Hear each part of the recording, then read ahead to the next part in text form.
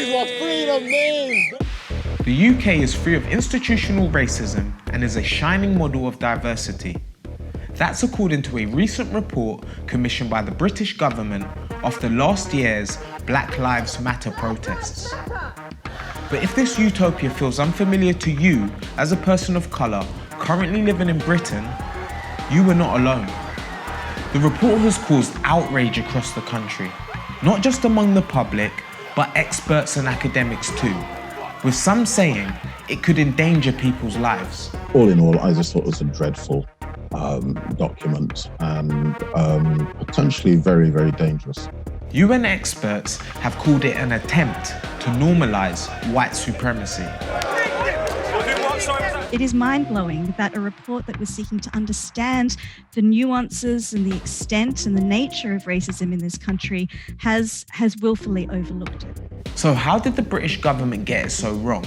And has the UK become more or less racist a year on from the BLM protests kick-started by the murder of George Floyd? This government, who not only has little interest in improving anti-racism in Britain, but actually has actively increased racism in Britain, is trying to publish something that can justify the kind of racist policies that it's been implementing since it gained power. Bigger, bigger, choose your side. The Sewell Report, as it became known, was published by the Commission on Race and Ethnic Disparities in March 2021. It stated that institutional racism doesn't exist in the UK's education, housing, or health systems, and that people should look to find the positives in the country's shameful history with slavery. The timing wasn't great.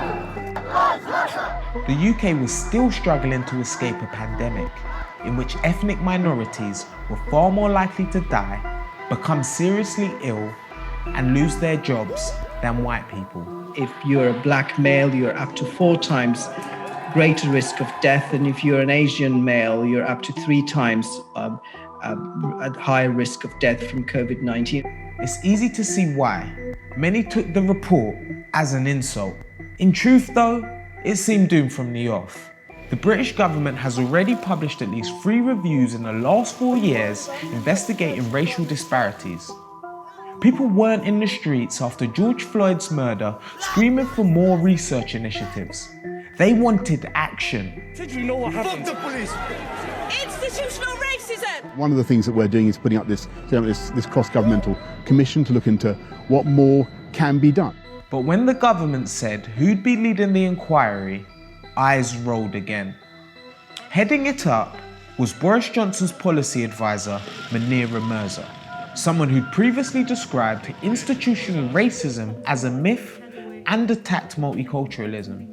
And the chairman who gave the report its name was Dr. Tony Sewell. He got a lot of stick when the report was published. Someone on Twitter even compared him to the Nazi puppet master, Joseph Goebbels. This seems a bit strong. However, given Sewell had spent a decade claiming institutional racism doesn't exist in Britain, it came as no surprise the report ended up reaching that same conclusion. The interesting thing about this report is that it doesn't find those disparities landing in racism. What's even more troubling though, is how the findings seem to directly contradict the experiences of many people working in health, education, and criminal justice. It has cherry-picked data. It has used the data selectively, in some cases very old data from a decade ago. Its findings on criminal justice and education appeared equally flawed. The report said that racism can't explain unequal outcomes in the criminal justice system because it's simply due to black people living in high levels of poverty or high levels of deprivation. Even though they found nothing on us, they still pursued to search my entire car. But of course, black people living in high levels of poverty and deprivation is also an example of institutional racism. So even within their own logic, they're explaining away evidence of institutional racism with other evidence of institutional racism. The report is unable to fully grasp the extent and nature of, for example, teachers' low expectations of some BME communities, the overrepresentation of some communities in terms of school exclusions, as well as the fact that a number of children of colour simply can go through their education without seeing themselves represented in the curriculum and in texts that are read and studied at school. We're doing a peaceful protest. We told everyone, just sit down and don't listen anymore. Like, we had enough, we need a change.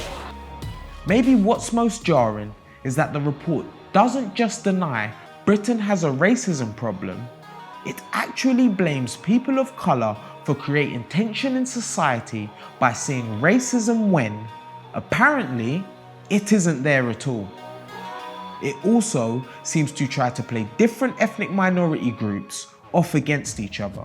It was extremely unfortunate and dangerous that the report seemed to pit groups against each other. For example, saying things like some BME communities are performing better than other BME communities, therefore making a kind of false leap that therefore racism is not a factor.